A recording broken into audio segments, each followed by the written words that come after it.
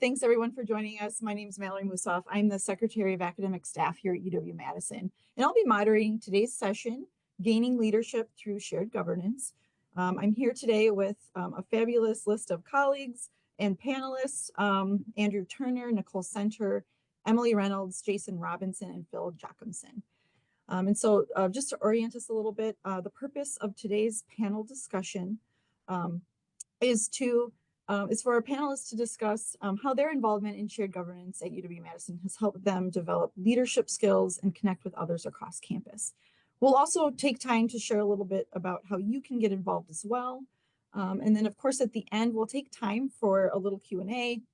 And if you're joining us virtually, I would just kindly ask that you place your questions in the chat and I'll read them to our panelists. And then if you're joining us in person, please line up to use the microphone in the aisle. And then I have I want to acknowledge David Berg, who is also helping behind the scenes to make this session a success. And then calling attention just in the chat, and this will also be shared with colleagues following today's session. We do have some documents shared. We have an acronym soup cheat sheet. So basically, as you know, our campus loves acronyms. And so we have a little cheat sheet to sort of help orient you just to some of the organizations and groups involved in shared governance.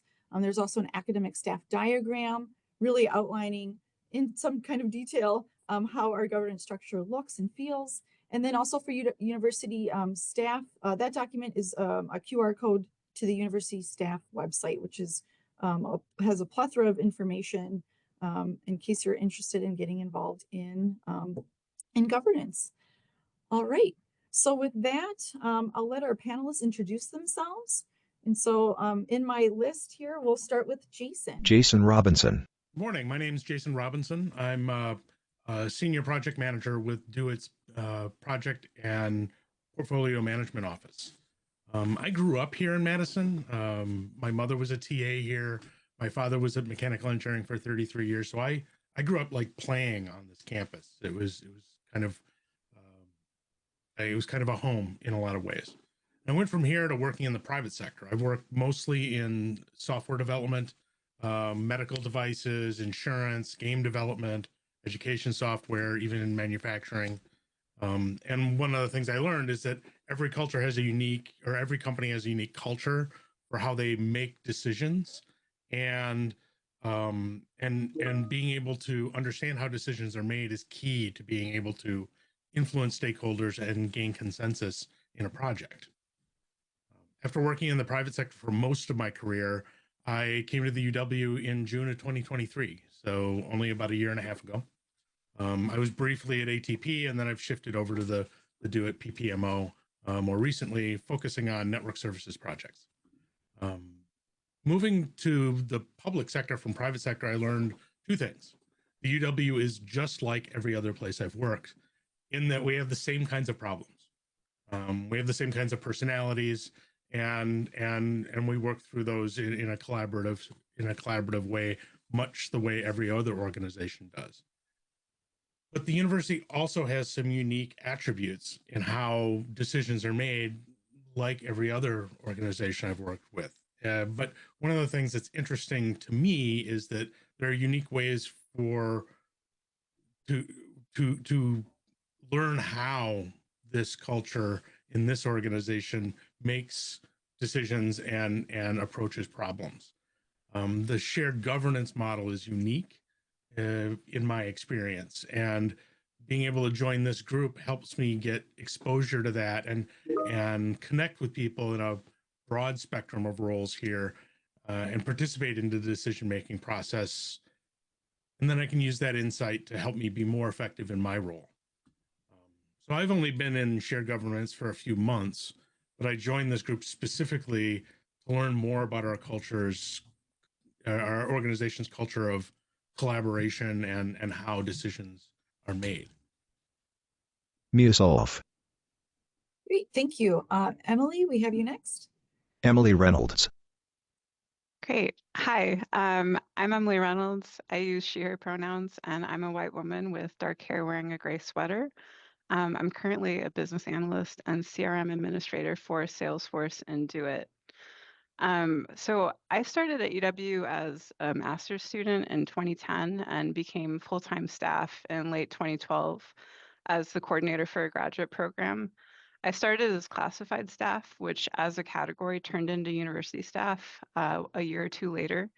As a graduate coordinator, you get to know your colleagues in other departments really well. And something I realized was that the ones hired as academic staff made more than those of us hired as university staff.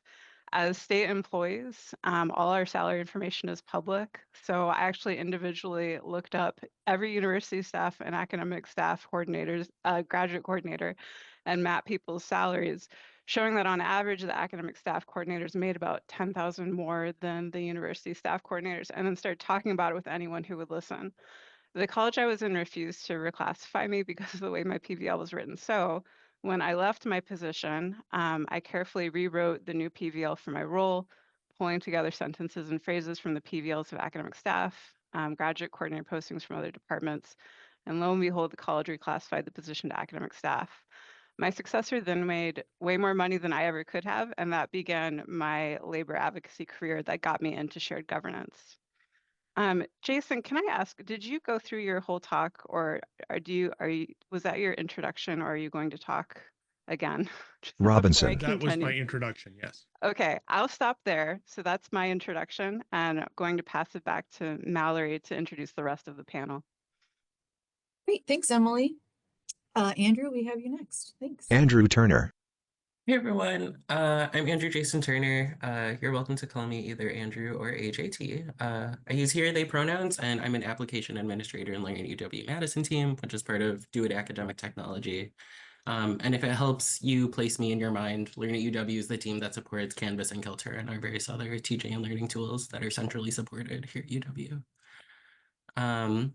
I guess I can share quickly too. So to compress the past 14 years into one soundbite, I've been a student, employee, or both, but never neither here at UW since 2010, which is wild because it means it's been 14 years. And then as for my shared governance kind of experience, when I became academic staff in 2018, I saw that my district, which was 455 at the time, had representation, and then 2 years later it didn't. So then I sent an email over to the Secretary of Academic Staff and wanted to know more about what all it entailed. And then a week later, I had a PDF appointment letter appear in my inbox saying that I was appointed, which was very exciting for me.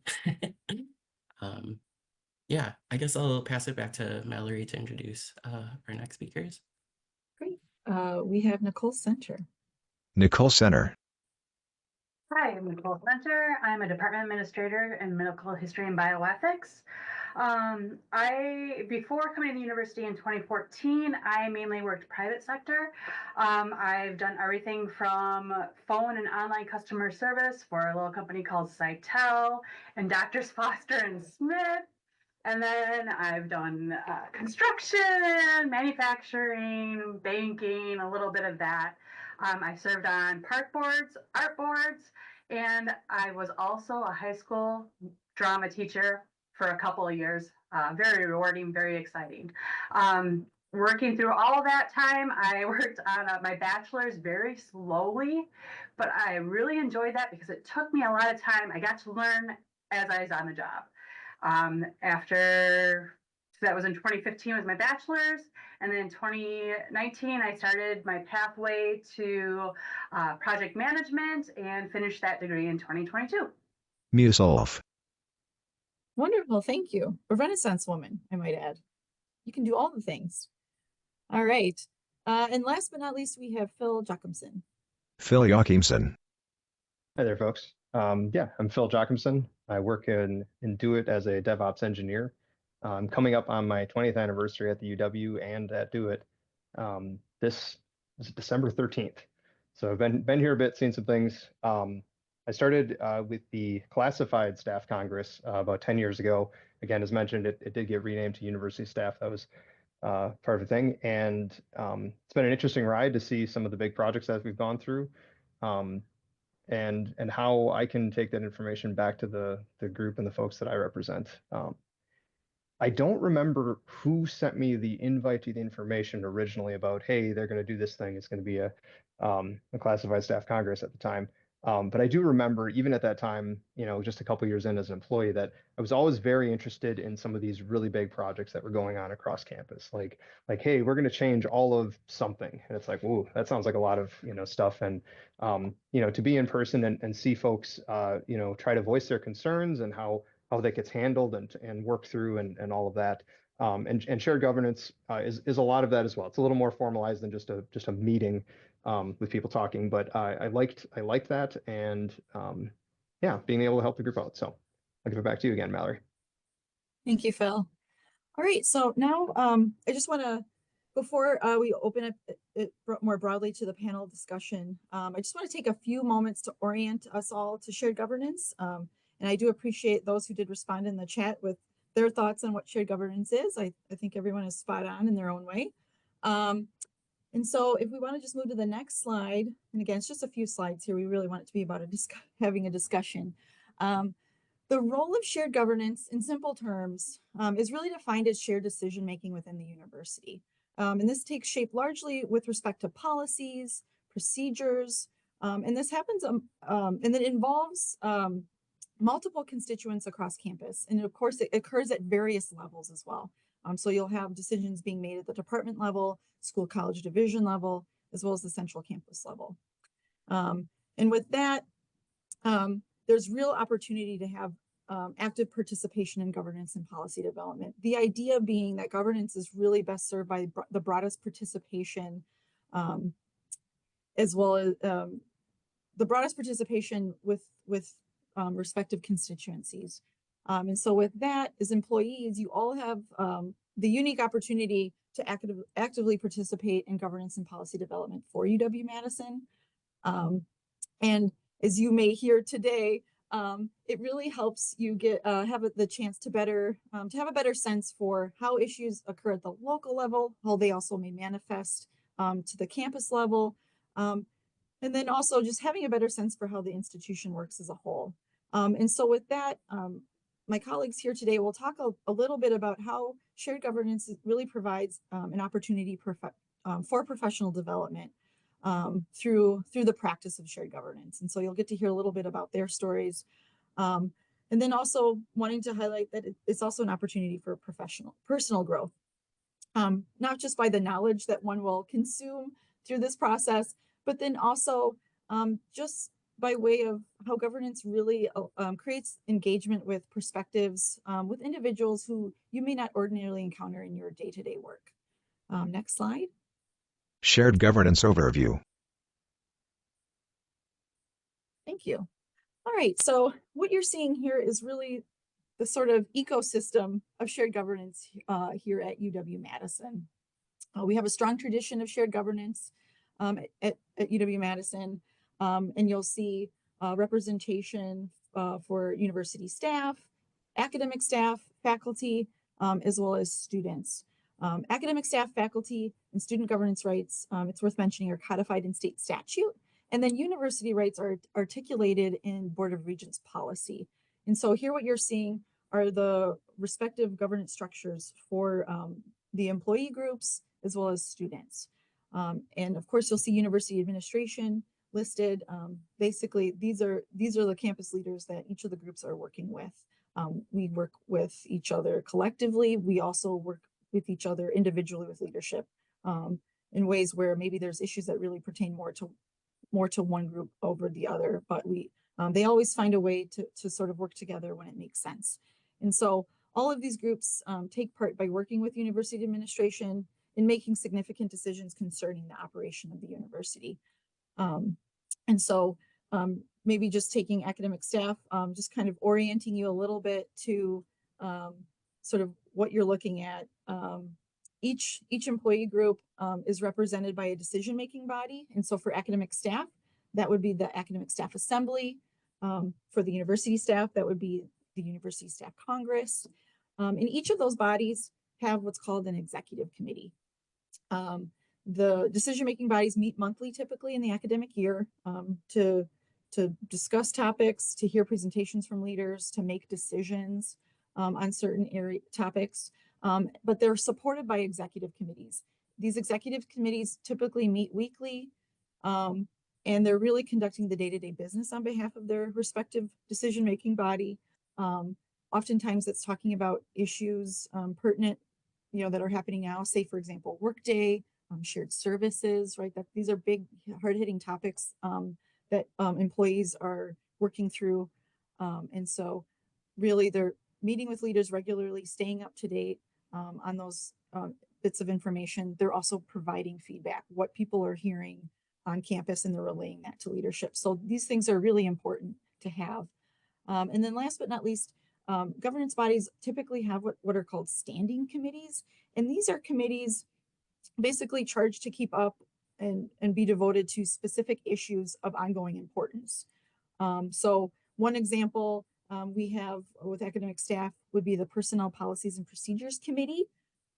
This committee is charged annually with reviewing our academic staff policies and procedures, making sure that they're current, making sure they're understandable, and any edits that they're making, they have to bring forward before the assembly to be voted on before they can become codified.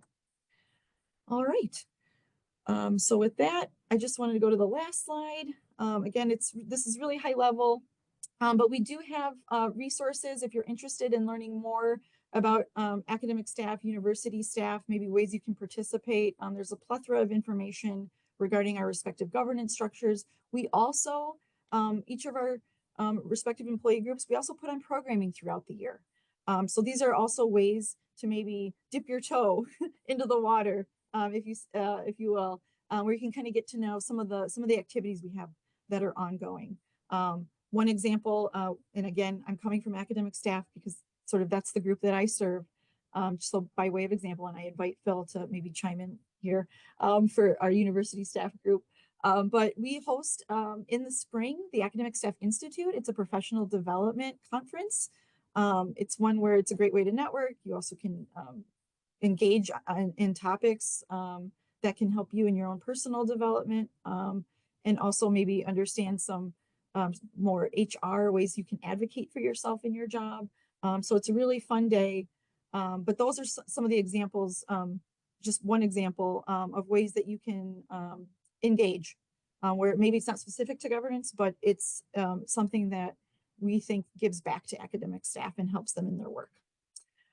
All right, so with that, we can maybe take the slides off and we'll transition to sort of re-engaging with our panel.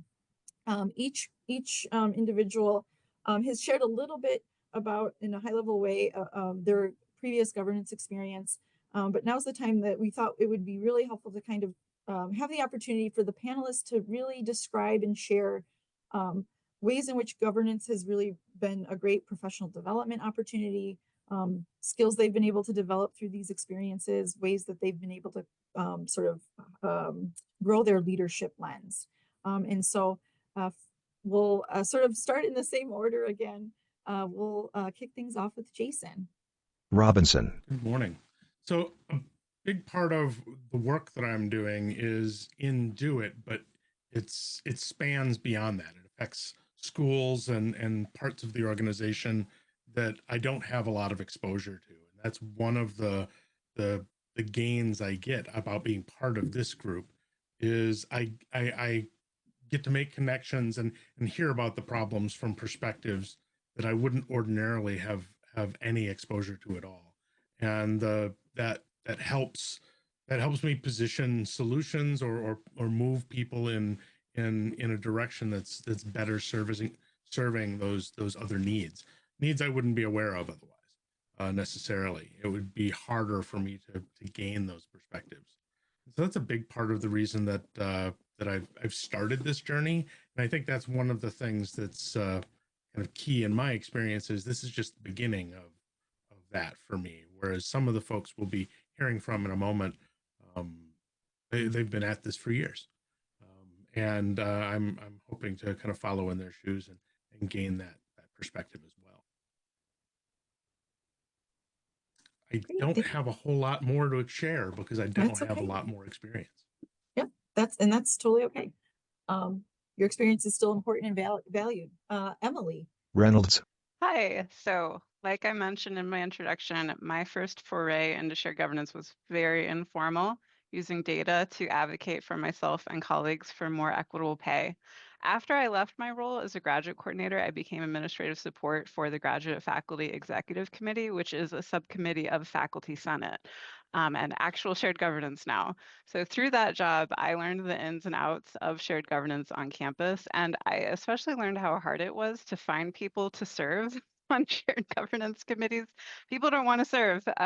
So even when those committees did really important work that I saw was making real change on campus from my role behind the scenes, it was difficult to get folks involved, and so I tucked that away for for future notice.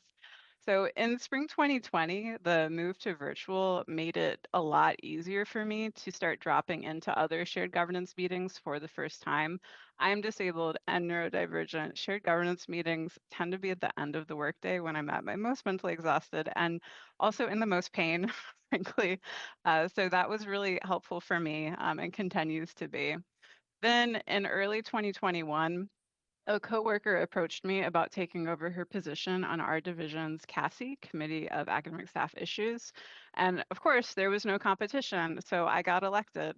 Really quickly, as the CASI rep for a largely administrative district, I had people reaching out to me with concerns about how requirements for on-site work was making retention very difficult for their department.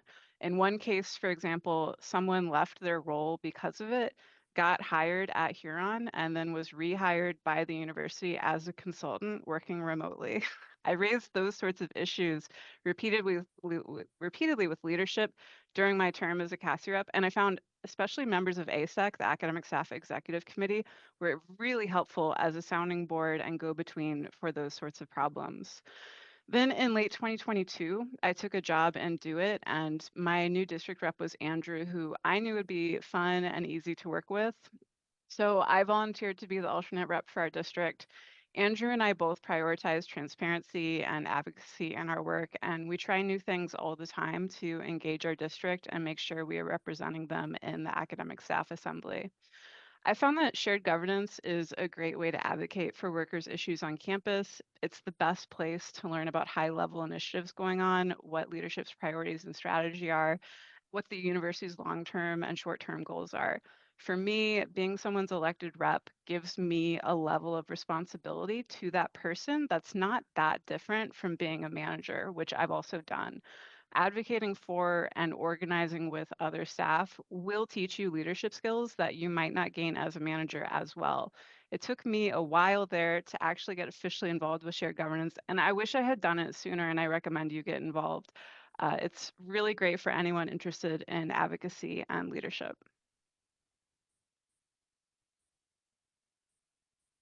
Wonderful, thank you. I just want to call attention to Andrew Turner's addition to the chat, that if you're an academic staff member and you don't know what district you're in, there's a search mechanism that they have shared where you can look up what district you're in. It will also tell you who your rep is and if you have an alternate.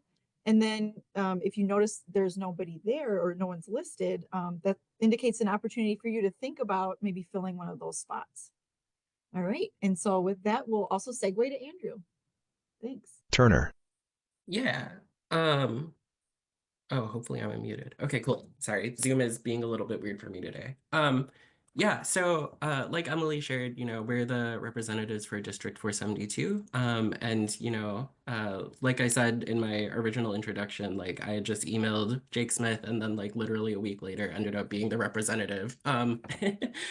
But yeah, like, I'll say that for my part, I feel like some of the most valuable things that I've gotten out of shared governance is just having a better understanding of like what sort of the priorities of UW leadership are, and also how they even approach making the really complicated decisions that they have to make for our institution at like their, 500, 1,000, 10,000 foot view of everything that's happening on campus. And in particular, I want to highlight my work on standing committees as well. So I've been part of like the PDRC, which is the Professional Development and Recognition Committee. You may have seen a few weeks ago that There was an email that went out about PD grants. I encourage you to apply if there's a professional development opportunity that you're interested in. Anyway, when I was on that committee, I got to make connections with folks from across campus and learn about some of the really incredible work that people are doing that they should get recognized for. And, like being able to build my network with other folks, at UW-Madison who care about our institution and care about, having it be a great place has been really, really valuable. I'm actually the current, one of the current chairs of the Personnel Policies and Procedures Committee too. So if you have a policy question, you're welcome to email me about it. And yeah, it's also been really eye-opening to figure out, ways to make our policy easier to understand and more clear to folks. Yeah, I guess that's pretty much all I have for that. Thank you, Andrew. And then I also want to give a shout out to Phil's addition, just to shout out for university staff that there's some instructions there where you can find out which district you're in.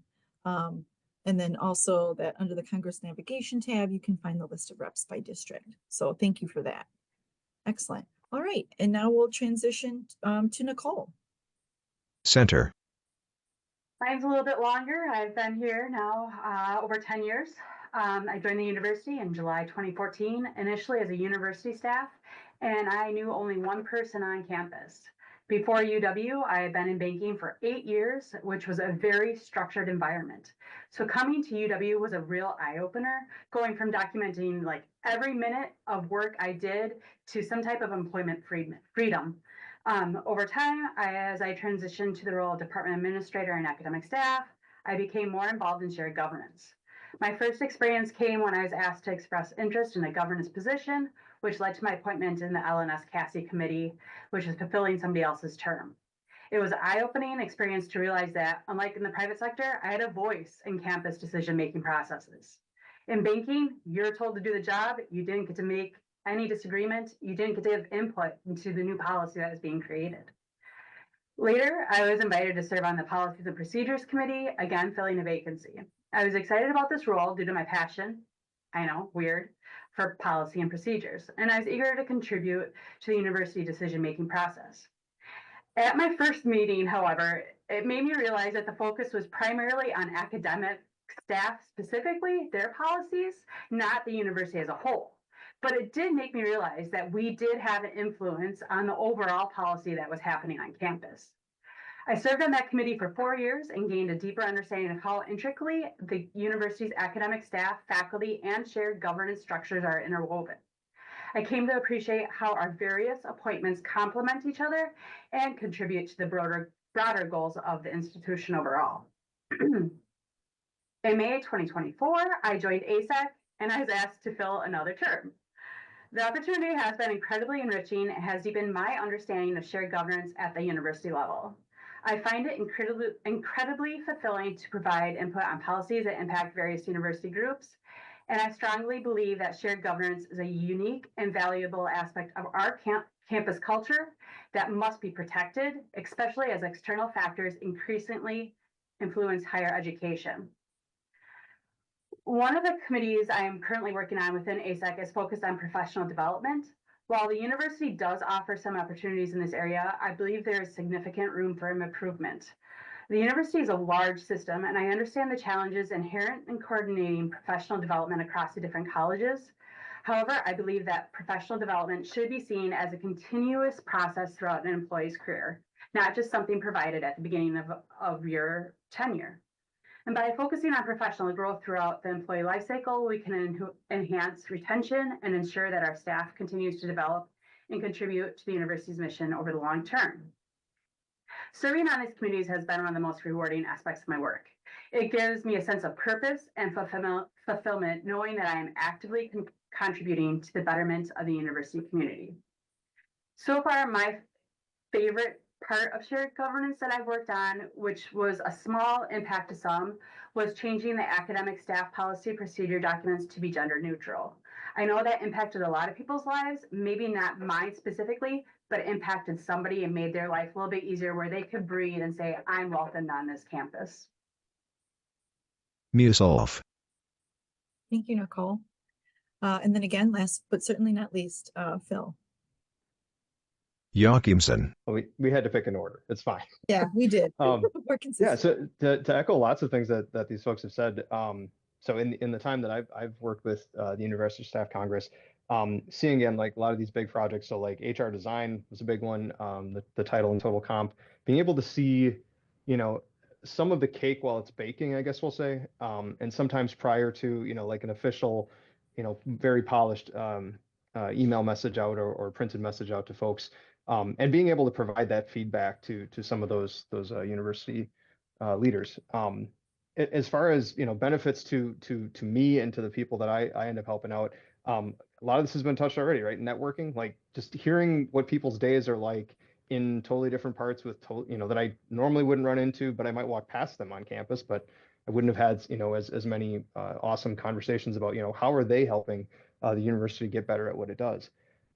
There's a lot of aspects of paying it forward, right? Like I act kind of as a conduit to try to help and you know, filter some of the good information that we've got that university leadership is able to provide, or that, you know, I hear these other university groups, ASEC and all these other folks are coming up with, and like, hey, maybe we should have a policy everybody can agree on, you know, something like hostile and intimidating behavior. So yeah, that sounds great. Let's see what we can put together. There's a lot of stuff about strategic thinking. Again, seeing the university think through and act through, you know, all of these big issues that have coming up. You know, we saw the thing with some of the raises come through and how that interaction worked a little bit with the legislature, and so there's a lot of that. And I'm trying to think of other stuff. Yep. Rich Casson put in the thing about the professional development staff dollars. There's always like a little bit of things like that. As usual, if you go through that list and you look at, hey, you know, who's in my district, find out if there is a representative, you can run for it the next year if there isn't. There's always options like that to get involved.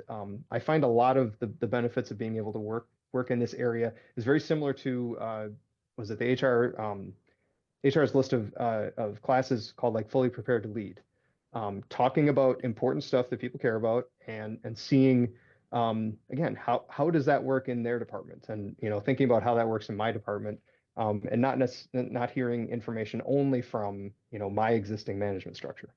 So a lot of benefits there. I think we're on to questions next. Is that right? Musoff. Yeah, we're just about there. So I guess to kind of wrap that up, I think you're probably hearing a lot of synergies in the way that governance is really given back to all of the panelists. And I hope you're hearing that, and I hope you're excited about that, because I think I know, you know, sometimes with decisions that are made on campus, sometimes people don't really feel good about those, but I would say know that, you know, some of those outcomes, while they're not perfect, sometimes they are better informed, or the result is better informed. Like, it could be worse. I don't want to like say that too loudly, but they're better informed because we have a process on campus, a mechanism by which people can provide input and feedback. And absent that, you know, I think that brings in a lot of opportunity for things to go cattywampus, if you will. And I would just say, I really want to thank each of the panelists for their service. I know the panelists asked me to share a little bit about my experience, and so I'm happy to do that. So I'm sort of stepping into my panelist light role. And I will be honest, I don't have any IT role experience. So take that for what you will, but I also appreciate deeply IT support on this campus. I have used it many a time. I've been on campus since about 2010. And during that time, I participated in a lot of governance activities. And I guess stepping back, governance for me, I guess it's always been in my life in some fashion. I was telling the group earlier when we were sort of preparing for this session that I'm somewhat of an introvert, but I've been participating in governance since middle school. Now it was very different. The topics were more like getting better food for the cafeteria. So we've come real far today, and I'm excited to say that it works a little different on our campus, though we do, I think there was a food survey not too long ago. Anyway, but kind of going back just me personally, sort of being an introvert, social engagement can be sort of tough sometimes. I can't just like go into a room and just have that small talk. To me, it's just a little unsettling. So what I really like about governance is it rallies and it brings together people. It brings people together around a topic, around a purpose. And so I always like to have something to do, action items. I like to also feel valued and also just work with others. And so I think governance provides that natural forum. And so I really like that. I like that it can also allow me to bring myself into a situation versus like a cold call social interaction. So, but all that aside, on campus, I was an assembly rep for many years, and then I also participated on the academic staff executive committee. I was both vice chair and chair while serving on ASEC. So really representing academic staff at that time, I really got experience at the local level and then at large. And it really expanded, much like what has already been shared, my understanding and experience regarding the importance of the role academic staff participation play in large campus initiatives, campus policy, procedure development. I also developed a strong understanding of key campus issues. And through those experiences, there are hard things and there are fun things that you get to do. So I just want to also kind of bring that to the foray. On the executive committee, we got to attend the Academic Staff of Excellence Awards. Those are the awards that the PDRC sort of makes decisions on. You get to go to that event. You get to hear about all the amazing work that staff do on campus. We get to plan professional development events.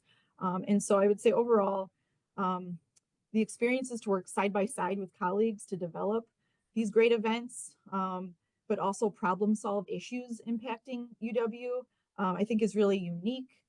You get to know people, professionally, maybe personally. Sometimes people bring their personal experiences to help inform policy to make it better. I will say I do think leadership values the feedback. Sometimes that feedback oftentimes has helped shape that policy. Of course, it can't change everything, but I think it makes the policies better. And even when policies come out, we are also able to give that iterative feedback to say, okay, here's this policy, it's been out there for a while. Here are some of the ways it's negatively impacting colleagues. Here's how it's being used. Are there opportunities to maybe improve that policy, make changes? And so that's really what governance does day in and day out.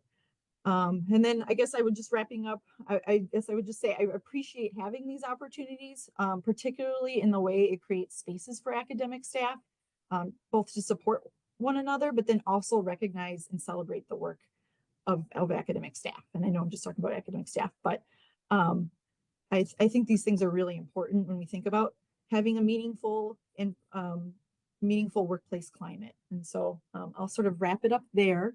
And again, just want to thank the panelists for their work, for their service, and for their time today. And then we'll move into our sort of question and answer portion. And we did have a question in the chat that came in earlier that I want to pose to the group. And then I would just say, panelists, you are welcome to respond to it. Just unmute yourself and share your thoughts. Okay, so this one is from Alan. What lessons could campus IT learn from how shared governance works here, or vice versa? Reynolds. I have an answer, which is that, Alan, this question gave me an epiphany. I'm a business analyst, and I realized while thinking about this question that what doing BA stuff and shared governance have in common is considering all of the viewpoints and all of the voices that are involved in a thing. So it's like, oh, that's why I like being a BA. It has a lot to do with that. And so I would say BAs have stuff to learn from shared governance. Shared governance has stuff to learn from BAs. As well, it makes me think of what happens at Scrum stand-ups in projects where everyone goes around, talks about what they're working on. That is part of what shared governance is about. It's about everyone participating and contributing in some way. And so I don't know that, I didn't quite answer the question about what does one have to learn from the other, but I just see a lot of synergy in that particular part of what IT does and what shared governance does. Turner. Yeah, I can chime in too. So I think one thing that I want IT people to maybe understand or know is that like the shared governance decisions about IT happen all the time, and like we get impacted by them as IT people. So like, when the Canvas migration happened, right? Part of many of the decisions around that were made in shared governance spaces. And like, similar with Workday, like there folks in leadership roles are constantly getting feedback from folks across campus using shared governance structures about like, what implications Workday might have for their particular positions. So coming to shared governance, particularly like academic staff assembly and like these larger shared governance body meetings, like one of the great things that you get is to hear from these disparate pockets of campus. Like, I don't know about all the issues happening in research administration in the vet school, um, if I didn't have, access to the space where there's someone from there talking about it all the time. So I think there's a lot that folks can learn about how their systems are impacting campus as a whole, by participating in these spaces. Joachimson.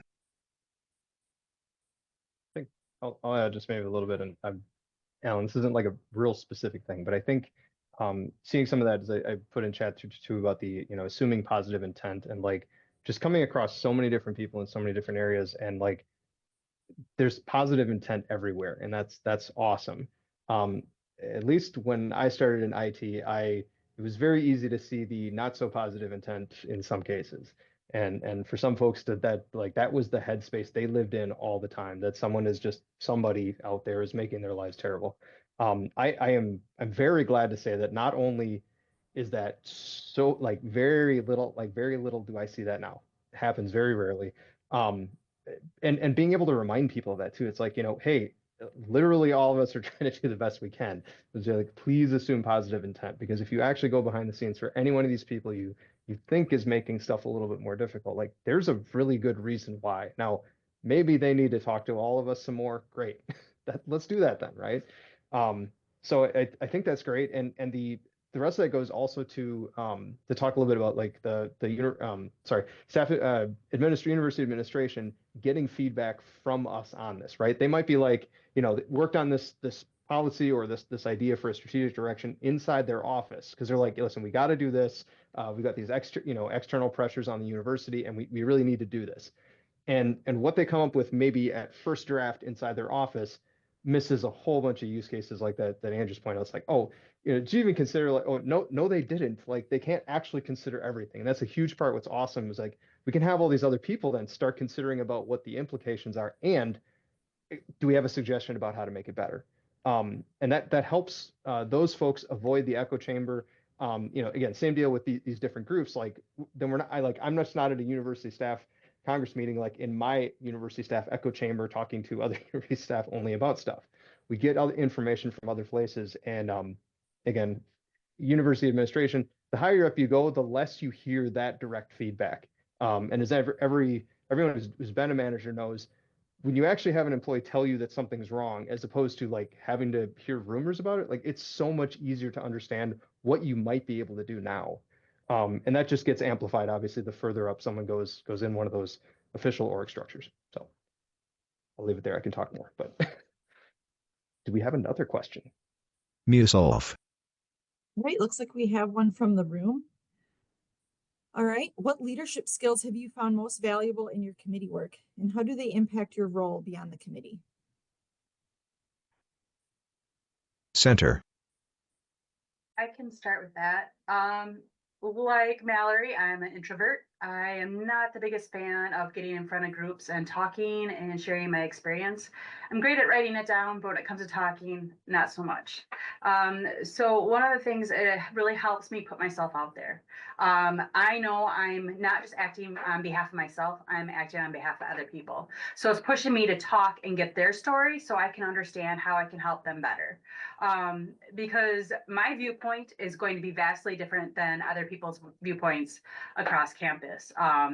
especially since we get siloed a lot in our colleges or in our areas. This gives me an opportunity to actually go out and talk to people and make myself talk to people. I don't just hide in my room and do what I need to do there. It makes me be more involved and more cognizant of what's going on around me. So that is one area that's helped there. Does anyone else have anything else to share before we move to the next question?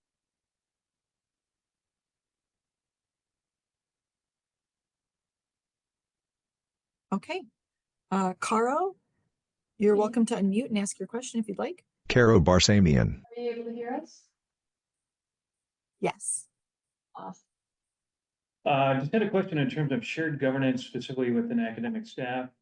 Where do you see overlap between shared governance and academic staff and organized labor? And relative to Act 10 having the impact on governance as its exercise, its advocacy for staff, and with the recent court case with Act 10, where do you see that potentially shifting? Musolf. Panelists, this is a great question. Joachimson. I'm gonna take the first little stab at this and say that yes, so navigating the implications of Act 10 over time has been one of the things that we've had to talk with folks about. Again, going back to that positive intent thing though, what I've seen, again, at least from university administration, is that regardless of the exact word that is in the statute, which is what they're legally required to follow, I've seen them be receptive to suggestions about anything. Now, you know, does that mean we vote on a thing that now we can't vote on? Like, maybe not, but they've been, you know, open to hear this stuff. Now, again, if we can keep on that track, it's like if we keep up these relationships and these good interactions with these folks anyways, it's like they're going to assume positive intent from us as well, right? We're not bringing it up because we're trying to be mean or force something on them anyways. Like, we want stuff to be better for all the people we represent. I also just in general, like, hey, yes, there's Act 10, and then I think, again, very recently, maybe there's not. A great lesson from this is that take everything with a grain of salt for the moment, okay? Don't get overly excited about the fact that a lawsuit went somewhere, but it actually still isn't done yet, right? So I wouldn't get too overly excited about that. The main implications for folks that I've dealt with is just like, is my union still a thing or not? And under the Act 10 framework, it was very hard for unions to continue to exist. And that was a huge part of how it was written. Maybe that changes, maybe it doesn't. I don't know. We'll find out. Great questions though. I'd say keep your eyes peeled, keep informed. And you don't need to let other people tweak your emotions about this stuff. You can make those decisions for yourself. This doesn't need to be an emotional roller coaster. You get to control you and how you feel about that stuff. And I guess one quick follow-up question, just out of curiosity, given some people have been at the university a short time, who's familiar with Act 10 and what its impact? So I see the majority of the room. Okay, I was just curious. Thank you. Yeah, I wanted to follow up on what Phil said too, that yes, Act 10 happened. Unions still exist. I've been a part of 2 unions for academic staff since 2020 as well. And organizing with workers in organized labor unions is not that dissimilar from organizing with workers in shared governance meetings. You're with groups of people who care about their workplace, the institution, keeping people safe and happy and all of those good things. And so I think there's space for both. What's going to happen now legally, I'm not an expert to speak on and can't speak to that. But I did want to shout out that you can join your union already right now. You could have yesterday too, and could organize in that way if you would rather. But I think shared governance on campus is also doing a lot of the same sorts of things that you might be doing in your union. Musolf.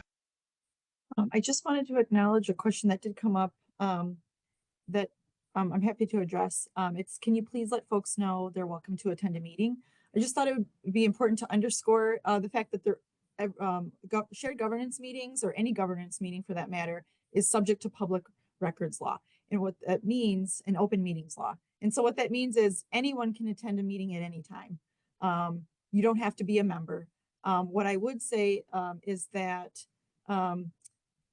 you should look out for emails from your respective secretary, administrative offices. So like I'm Secretary of Academic Staff. I will send out the communication notifying upcoming meetings. There's always an agenda that has to be posted. Similarly, the university staff have a support office. Also, hint, hint, Secretary of the University Staff, that's John Lease. His office will also send out information on how you can attend those meetings. I would say just pay special attention to whether in fact they're hybrid or virtual or in person only. Sometimes I know that's sort of uneven with respect to how university staff do it and academic staff do it. So I would just call attention to that. The academic staff assembly meetings are hybrid, so you can live stream those and listen to hear what's going on if you're not a rep or alternate. And then similarly, the executive committees, the academic staff executive committees that have been mentioned, those are also hybrid. You can join via Zoom. And again, any academic staff member would receive emails where they can attend.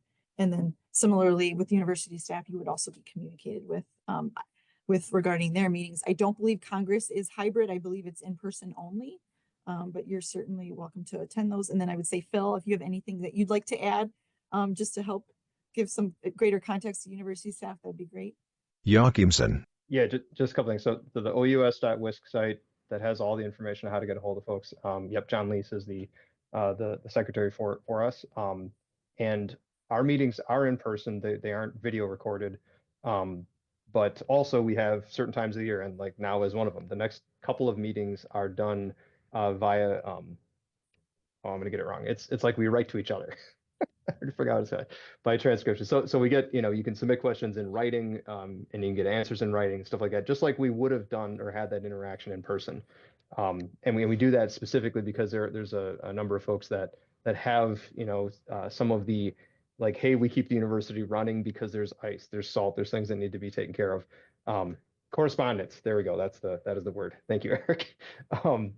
And because of that, being able to make it to the meeting might be harder to do just literally in person. Like if we get a snowstorm that day, like there's a whole bunch of folks that aren't going to be able to come to the meeting at all. And then they'll not have at least firsthand interaction with that. So that's how we do it now. But as usual, all's open to suggestions. Anything is possible. We could do whatever. Mute off. Thank you. Carl, you have a question? Yes, you have a question in this room. Yeah. My question is, what strategies worked well or not so well when you were trying to engage with your districts? Mute off. Great question. Maybe Andrew and Emily, if you want to kick that off as reps and alts. Yeah, I was gonna say, I feel like me and Emily can chat about this one as co-conspirators for District 472. Yeah, I mean, we've done our best to reach out to folks over email. We find that sometimes that works, and a lot of times it really doesn't because we're all inundated with email constantly. But we do have like a suggestion box for our district, which is just like a anonymous Google form, which doesn't necessarily have to be anonymous if people want to add their name. And we have gotten a few folks who have reached out to us that way. Otherwise, we have done a little bit of digging into our own district and found that even though we're both in DoIT, like 30% of our district is composed of folks from the School of Medicine and Public Health who work in IT spaces. And so we actually visited their CASI meeting, that's their Committee on Academic Staff Issues, a few weeks ago, and it went great. Got to meet a lot of cool people, got to meet a lot of other folks who are representatives in Academic Staff Assembly too. But yeah, we're constantly looking for ways to connect with folks. So if you go to that link that I pasted earlier to find out what district you're in, and you find out that you're in our district, shoot us an email. We'd love to hear from you. So yeah. Mute off. Anyone else want to share?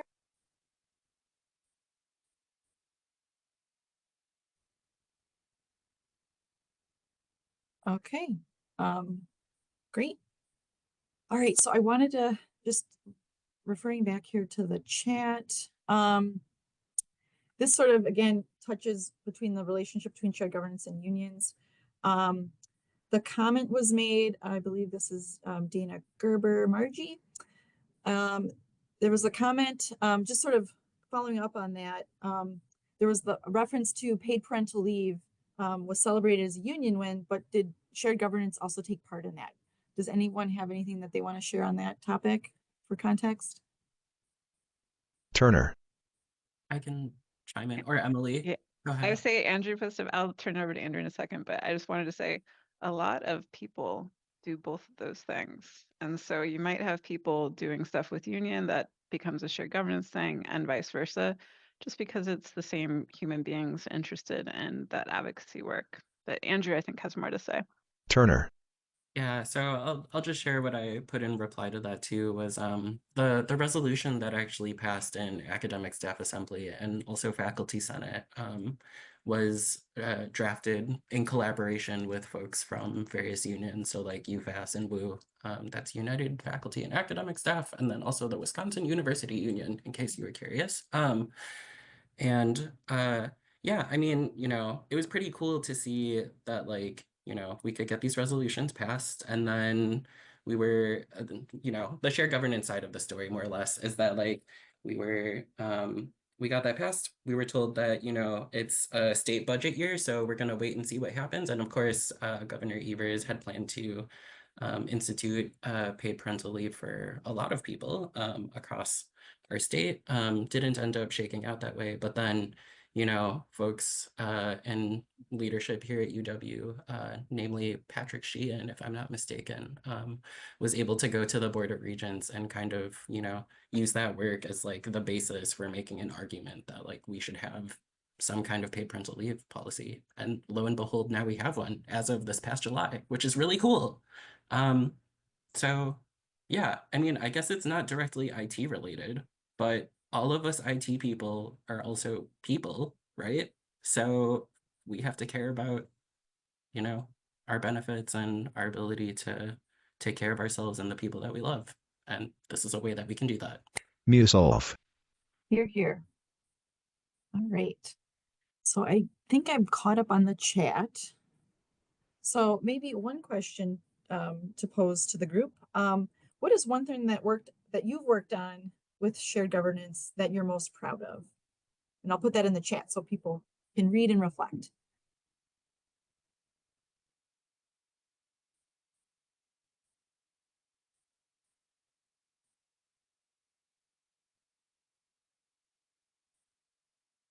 I feel like I'm talking a lot, but I'll say that that paid parental leave thing was pretty huge for me. I am also in collaboration with folks in PPPC and elsewhere working on a new resolution regarding bereavement and funeral leave. It'll show up in the agenda for next week's meeting, I think soon, if it hasn't already. Basically, as it currently stands, if you want to take off time for bereavement or funeral leave, you have to use your vacation or sick time. And this is not consistent with a lot of the other institutions in the Big Ten Academic Alliance. And it would be cool if we also had a separate leave category for that. So continuing to sort of advocate along that vein. Yeah.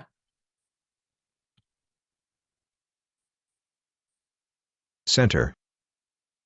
I would have to say, watching that work its way through has been really interesting. Seeing the different viewpoints of everybody. I serve on the CEBC, I advise on the ASIC role, and it's interesting to see how their input is onto what we want to put forward for that, or what we can do, or different options that people think about. Because there's a lot of, the more people you have talking about a process, the more input you get. You get the more diversity thoughts behind it, like, okay, you know, the Western idea of bereavement. I mean, it doesn't jive with a lot of other people's realities. So it's nice to have that different input of thinking about like, oh yeah, it doesn't work because within the first year, some people it has to be done within the first couple of days. There's so many different areas for us to look at. So I think that one I'm really excited to be listening on and giving a little bit of input, but mostly listening. Muse off. Excellent. And then I just wanted to say, for Andrew's reference to the bereavement leave policy that will be on the Assembly's December meeting agenda as a first reading. So first readings are basically an opportunity for representatives to provide input and feedback before it will go for vote, likely at the next meeting, which will take place in February, at the February 2025 Assembly meeting. And so I linked to the materials that have already been posted where you can read the draft sort of resolution on that topic. So we have come to the end of our time. It's been a great discussion, great insights from our university staff and academic staff colleagues. And again, just thank you all. And we hope you consider participating in what way feels best for you. And then there's the resources information will link to contact info where you can either get in touch with John Lease as the Secretary of University Staff. And then of course you can get in touch with me if you're interested in academic staff governance to really just talk about opportunities. Sometimes it's better as a conversation. But I encourage you first to go out and check out the website and the resources to sort of get a sense where you feel like you could serve. And so again, thank you all for listening, and hope you have a great rest of the conference. A lot of engaging activities to come. So thank you all. Bye. She waves.